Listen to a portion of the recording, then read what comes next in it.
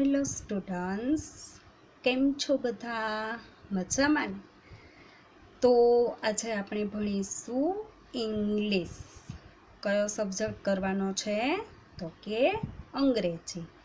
હવે તમે ગયા વર્ષે ધોરણ 5 મતલબ કે તમે 5થમાં હતા અને હવે તમે લોકો એક સ્ટાન્ડર્ડ આગળ મતલબ કે તમે હવે આવી ગયા છો 6થમાં, છઠ્ઠા ધોરણમાં.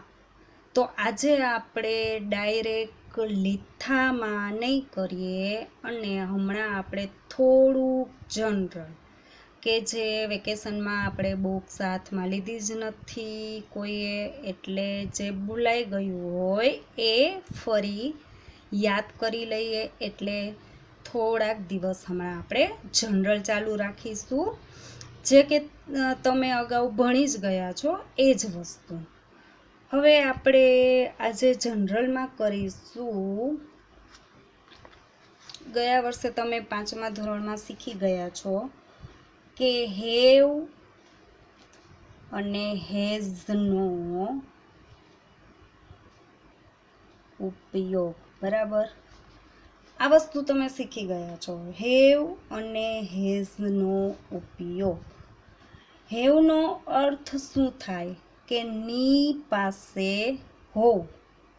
તે શું દર્શાવે છે? તો કે માલિકી દર્શાવે છે, એમ કે આ વસ્તુ મારી છે, આ મારું છે, એવું દર્શાવે છે. હવે દાખલા તરીકે આઈ છે, આઈ અને યુ. આઈ અને યુ એમની સાથે હંમેશા શેનો ઉપયોગ થશે? હેવ. શેનો ઉપયોગ થશે? હેવનો. આટલું યાદ ખાસ બધાએ રાખવાનું છે કે આઈ અને યુ એમની સાથે હંમેશા હેવનો ઉપયોગ થાય છે. પછી હી, સી અને ઇટ. હી, સી અને ઇટ એમની સાથે શેનો ઉપયોગ થાય? તો કે હેઝ. શેનો ઉપયોગ થાય? હેઝનો.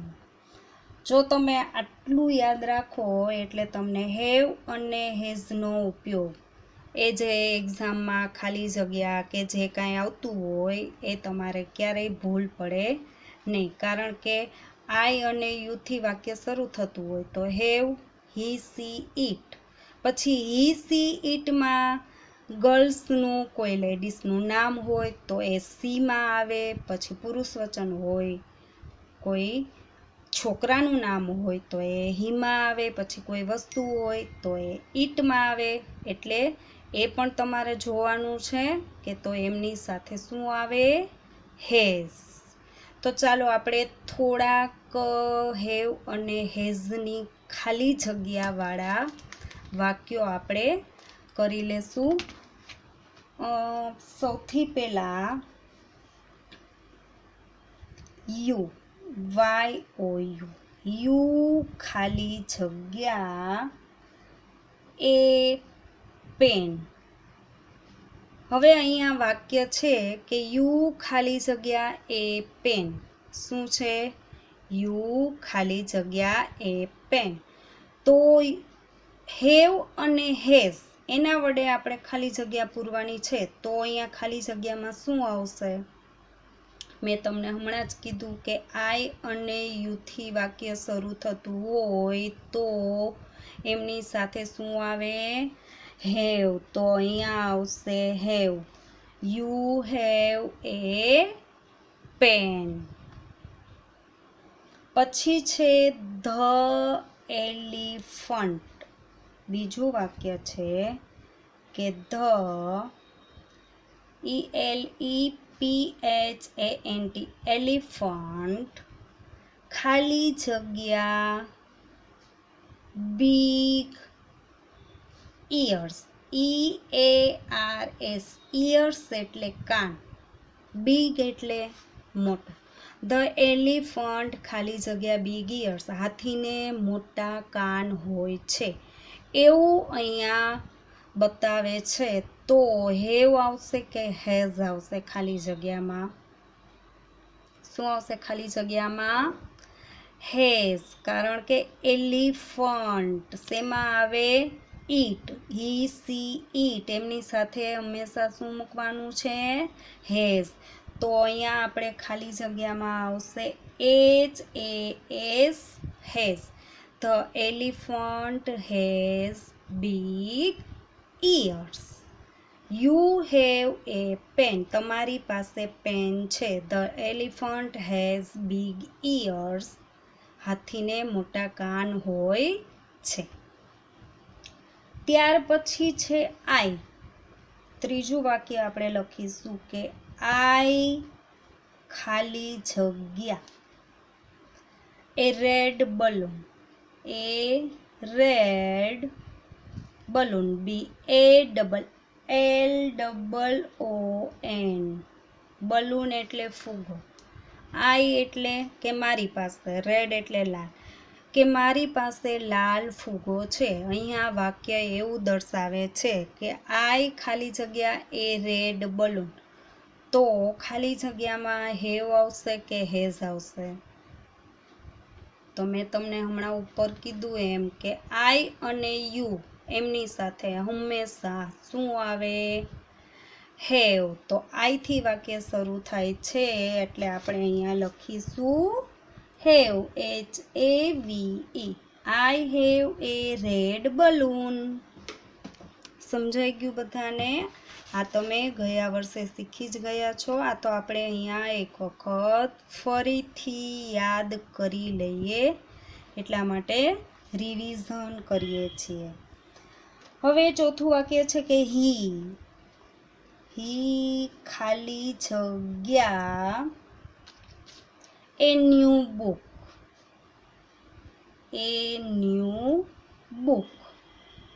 હી ખાલી જગ્યા એ ન્યૂ બુક, તેની પાસે નવી બુક છે. શું આવશે ખાલી જગ્યામાં? હેવ આવશે કે હેઝ આવશે? તો કે હેઝ, કારણ કે હીથી વાક્ય શરૂ થાય છે એટલે ખાલી જગ્યામાં આવશે has. He has a new book, તેણી પાસે નવી બુક છે. પછી પાંચમું વાક્ય છે સી ખાલી જગ્યા ટોયસ, TOYS, ટોયસ. સી ખાલી જગ્યા ટોયસ. શું આવશે? હેવ આવશે કે હેઝ આવશે? તો કે હેઝ આવશે. કેમ? તો કે વાક્ય છે એ સી થી શરૂ થાય છે એટલા માટે શું આવશે? હેઝ. સી હેઝ ટોયસ, તેણી પાસે રમકડા છે. She has toys. પછી જોઈએ આપણે તો મોહન છે એ નામ છે પુરુષનું, મોહન ખાલી જગ્યા એ ટ્રેક્ટર, TRACTOR, ટ્રેક્ટર. મોહન ખાલી જગ્યા એ ટ્રેક્ટર. હવે અહીંયા શું આપણને કહે છે? મોહન છે એ મેં તમને કીધું એમ કે એક પુરુષનું નામ છે, એમની પાસે ટ્રેક્ટર છે.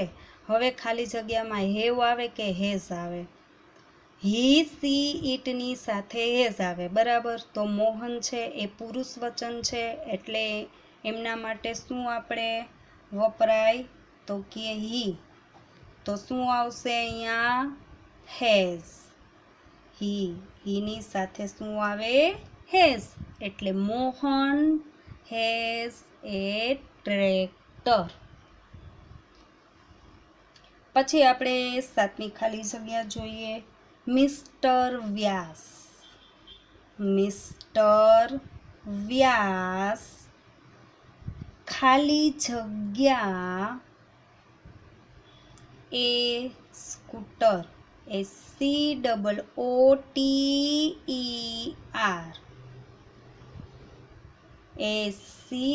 SCOOTER। મિસ્ટર વ્યાસ ખાલી જગ્યા એ સ્કૂટર। મિસ્ટર વ્યાસ કોણ છે? મિસ્ટર વ્યાસ છે એ કોના માટે વપરાય છે? તો કે પુરુષ માટે। તો એમના માટે શું વપરાય? હમણાં મેં ઉપરના વાક્યમાં કીધું એ રીતના હી, પુરુષ વચન માટે હી, સ્ત્રી વચન હોય તો એમના માટે સી। એટલે મિસ્ટર વ્યાસ ખાલી જગ્યા એ સ્કૂટર, મિસ્ટર વ્યાસ પાસે સ્કૂટર છે તો ખાલી જગ્યામાં આવશે હેઝ। શું આવશે? હેઝ। મિસ્ટર વ્યાસ પાસે સ્કૂટર છે। પછી આપણે 8મી ખાલી જગ્યા જોઈએ તો આઈ ખાલી જગ્યા, આઈ ખાલી જગ્યા ચોક્સ, CHALKS, આઈ ખાલી જગ્યા ચોક્સ। હવે આઈથી વાક્ય શરૂ થાય છે। હવે તો તમને બધાને યાદ જ રહી ગયું હશે કે આઈથી વાક્ય શરૂ થતું હોય તો આઈની સાથે હંમેશા શું આવે? હેવ। તો અહીંયા બધાએ શું લખવાનું છે? હેવ। શું લખવાનું છે? હેવ। આઈ હેવ ચોક્સ, મારી પાસે ચોક છે। યુથી વાક્ય શરૂ થતું હોય તો હેવ, આઈથી વાક્ય શરૂ થતું હોય તો પણ હેવ। હવે આપણે 9મી ખાલી જગ્યા જોઈએ તો Mrs Pandya, MRS, Mrs Pandya, PANDYA, ખાલી જગ્યા, મિસિસ પંડ્યા ખાલી જગ્યા એન અમ્બ્રેલા, UMBRELLA,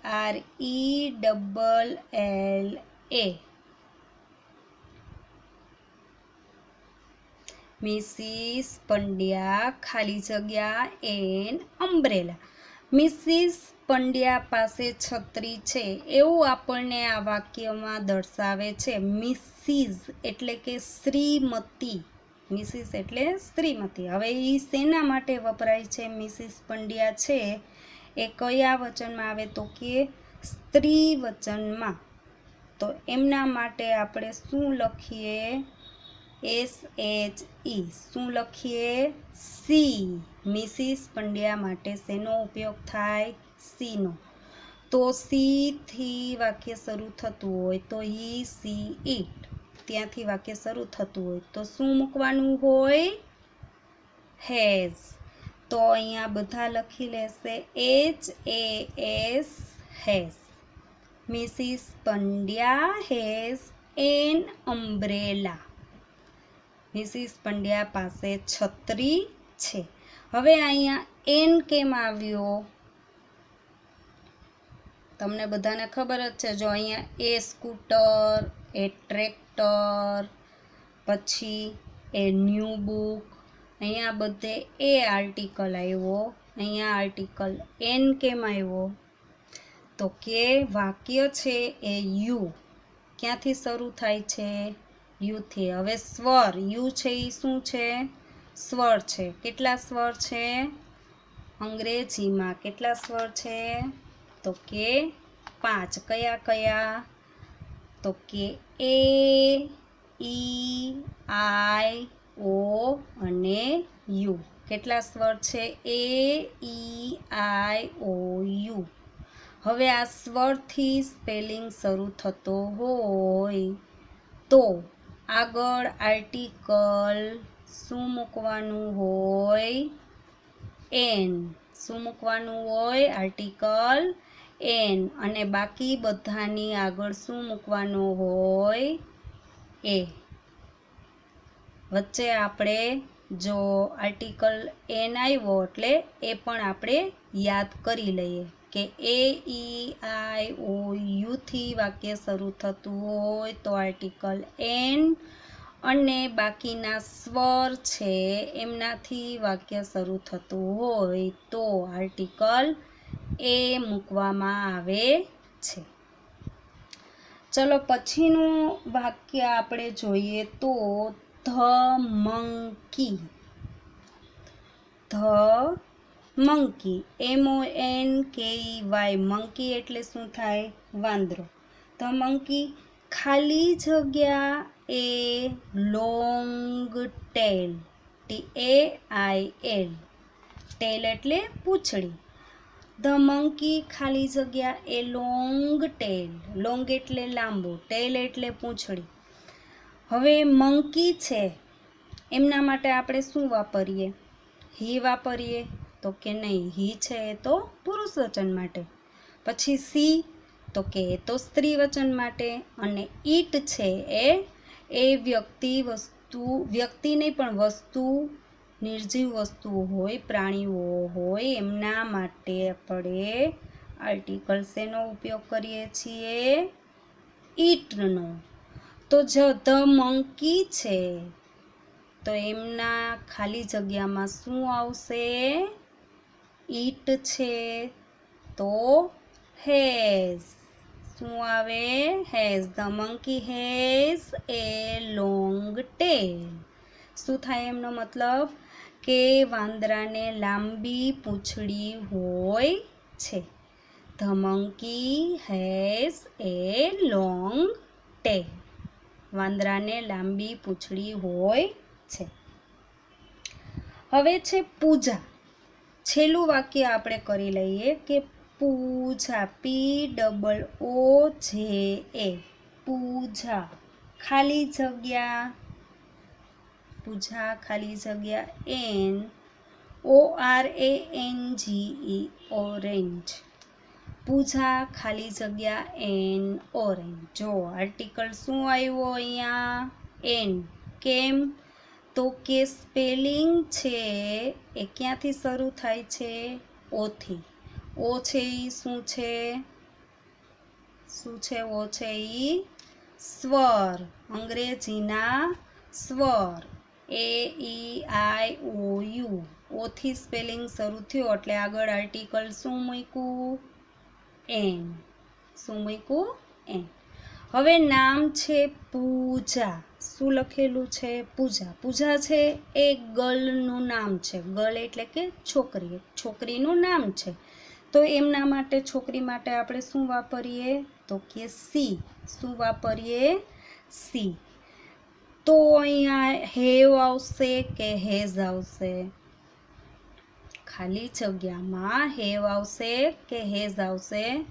તો હવે તો તમને બધાને આવડી જ ગયું હોય કે ખાલી જગ્યામાં આવશે હેઝ. શું આવશે? Has. Pooja has an orange. Pooja પાસે ઓરેન્જ એટલે નારંગી, જે ખાવાનું ફ્રૂટ છે એ નારંગી. પૂજા પાસે નારંગી છે. શું થાય એમનો મતલબ? કે પૂજા પાસે નારંગી છે. તો આ આપણે આજે શું શીખ્યા?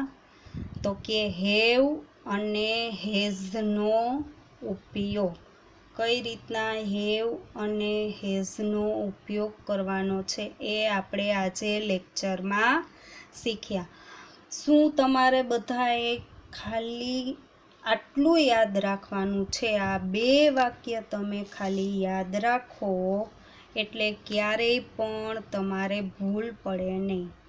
કે આઈ અને યુ એમની સાથે હંમેશા હેવ આવે છે, અને હી, સી, ઇટ એમની સાથે હંમેશા હેઝનો ઉપયોગ થાય છે.